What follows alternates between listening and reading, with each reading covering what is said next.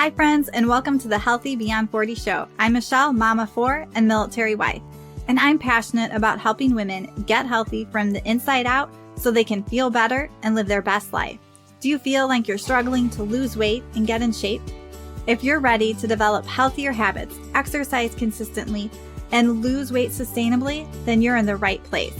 I combine my expertise from my doctorate in physical therapy to my experience as a health coach, personal trainer, and yoga teacher to bring you actionable steps for a healthy lifestyle. No magic pill here, so lace up those shoes and get moving.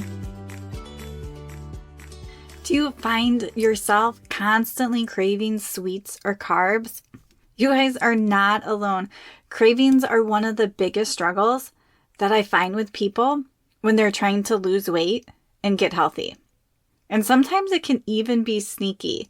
We sort of like have a taste for a sweet and we don't think of that as a craving. But really we're having a craving or an urge anytime we want something and we have a strong desire or pull to it, but yet we're not hungry and we don't need it. So the problem isn't always willpower.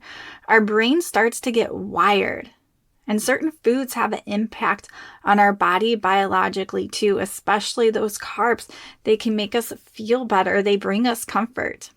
So today I'm going to be diving into what cravings are, why they happen, and how to stop them from controlling you.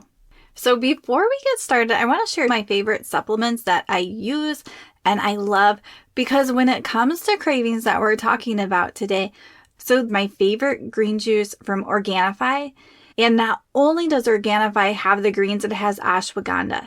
And ashwagandha is a stress adaptogen herb, so it helps us with stress regulation. And let's be honest, stress is one of the biggest triggers for craving. So I love mixing mine with some unsweetened almond milk and protein powder in the morning, and it just helps me to feel good. And you guys can use the code HEALTHY20 to save 20% off your order. You can use that code anytime.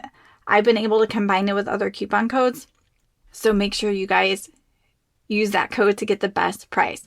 So check the links down below, and you guys can always email me or message me on social media if you guys have questions. All right, so let's dive into the topic. So let's first talk about what is a craving. And I use craving or urge interchangeably, because they can be the same thing. When we think about we have a craving, we have this intense desire. It can be for a specific food. It can also be like picking up our phone. It could be scrolling on social media. That can be a craving or an urge. So it's triggered by habits, emotions, our brain. And we just have this strong desire or pull or urge towards something. So for example, you've had a long, stressful day, and suddenly you feel like you need something sweet. Feels like this intense desire, feels like this need. It feels so urgent, like you can't focus on anything else till you get it, and it's going to be the thing that's going to make you feel better. But the truth is, it's not really about the food. It's about how your brain has been trained to respond to these certain emotions and cues. So when we get so used to, we feel stressed, we eat a cookie, or we feel stressed and we're just going to sit down and have some chips right out of the bag and eat way more than we think we are. We start to develop that pattern in our brain. We're training our brain to do that. I feel stress, I seek comfort in food, and it repeats and it gets stronger and stronger. But the good news is God didn't create us to be controlled by our cravings or urges. We are designed for peace and strength and self-control. I'm not saying any of those are easy, but those can be in us with the right tools. And when we learn to recognize that these urges and cravings for what they are, we can start to break free from these unhealthy patterns, and we can start to make choices that truly do nourish our bodies and our souls, because we are meant to take care of our bodies and provide nourishment to it. And eating a bunch of cookies or chips or these processed foods, these things that we know don't nourish our bodies. So we can start to step into that where we can have self-control around sugar, around chips, where we can have control even when we feel stress or anxiety or anger or these strong emotions. So a lot of us, we have cravings for sweet things. We think chocolate, cookies, ice cream, donuts, but also some of us have cravings for chips, pretzels, or crackers. Or maybe we're trying to reduce those sweets and then we supplement it with some of these other processed foods. But whether it's chips, pretzels, crackers, cookies, ice cream, in our body, in our bloodstream, they both act like sugar. They spike our blood sugar. So processed carbs typically spike our blood sugar and they're going to have that crash. And then it can trigger another craving and the cycle goes on. And food manufacturers know this. They make foods sweet. They take the nutrients out of them like fiber. So if we have something that has some carbs in it, but it also has fiber, it's not going to spike our blood sugar as high. So we really want to pay attention to what we're eating and what we're having cravings and urges for. And as we're talking about this, I want you guys to keep in mind that craving and urges are not bad, but it's what we do with them. So we don't necessarily have bad emotions like sad, frustrated, angry. Those emotions in themselves are not bad. We are meant to have many different emotions, but what we do with them makes the difference. If I'm angry and then I start yelling at someone, that's not great. So if I have a craving, the craving's not bad. God put desires in us to crave and want things. Now, food manufacturers and just the whole way our food is set up, we just have so many more sweets, so much more sugar, so much more food right in front of us. So that craving or desire isn't necessarily bad. But when we act on it and we're eating out of a craving or an urge when we don't need it, that's what's not great. And then we reinforce that to our brain. And I think this helps because sometimes, especially when we're talking with emotions, if we think when I feel anxious, that is bad, and then we're resisting feeling anxious instead of just leaning into it, trying to be curious, recognize what's going on, then we can move through it. But when we think something is bad, we're resisting it. So the same thing with craving and urges. I want you to realize they're not bad. We just have to figure out a way to move through it in a way that is healthy and nourishing for our bodies. So remember, feeling stressed isn't necessarily bad. Of course, if we are having chronic stress, that's not great for our bodies. But same, having some stress, it's not necessarily bad. But how you respond to that stress matters. Do I reach for those Cheez-Its? Or do I recognize what I really need? Remember, every time we give in to a craving, that means I'm stressed, I have a craving for those Cheez-Its, I eat it, I just strengthen that neural pathway to do that. So when I feel this way, I eat this food and it temporarily makes me feel better because I got a dopamine hit. But that's not serving or helping me in the long term. It's not teaching me how to deal with that stress. It's almost teaching me that stress is bad and I need to eat something to get rid of it. Instead of I have this little bit of stress, I can feel it, and maybe I have some different things I can do, and then I can move on.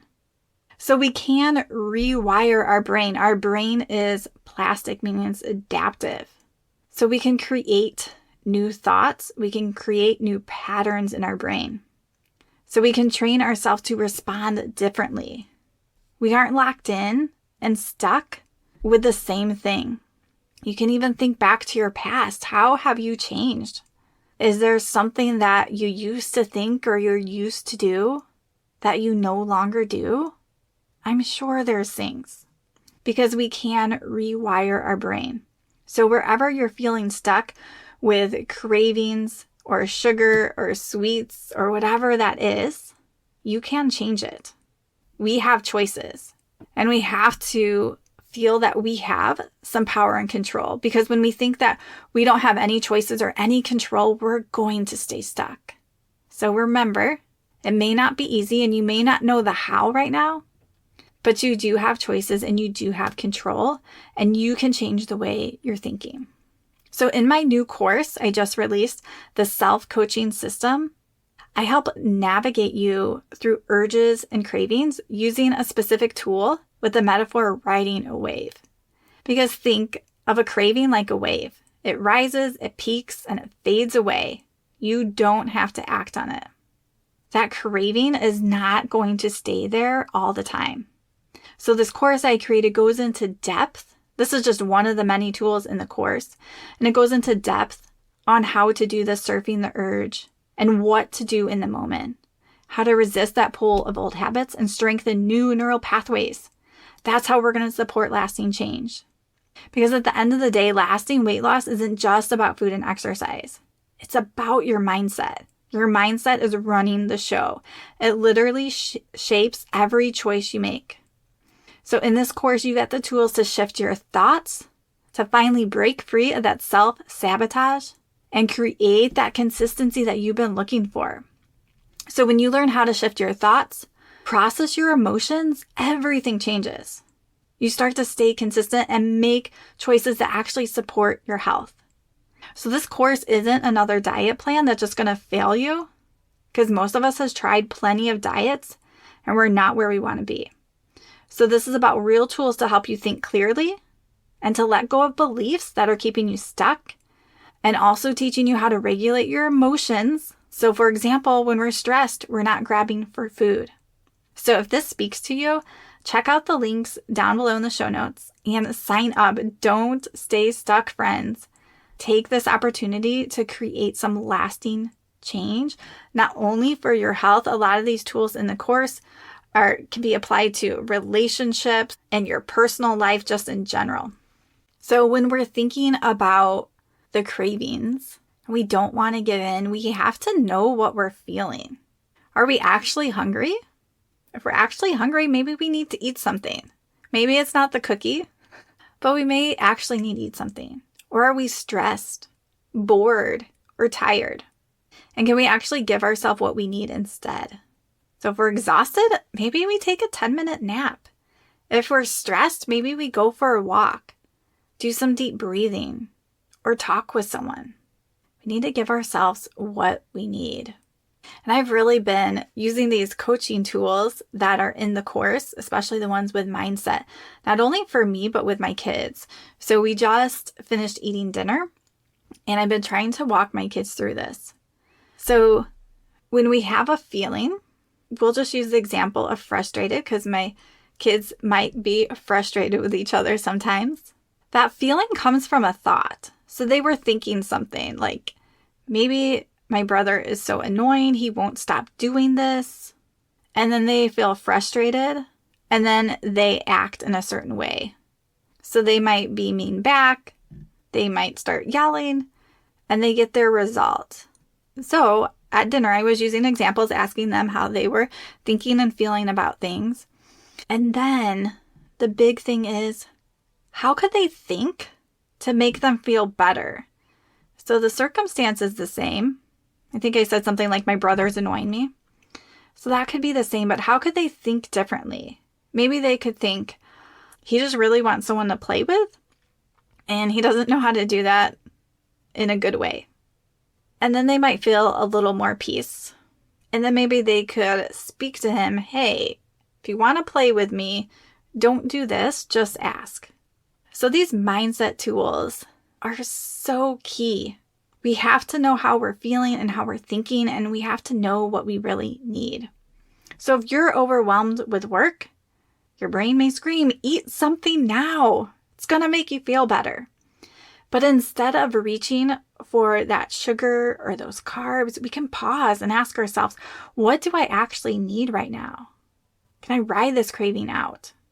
And so I give lots of tools in my course to help you do this, because most of us have not learned this.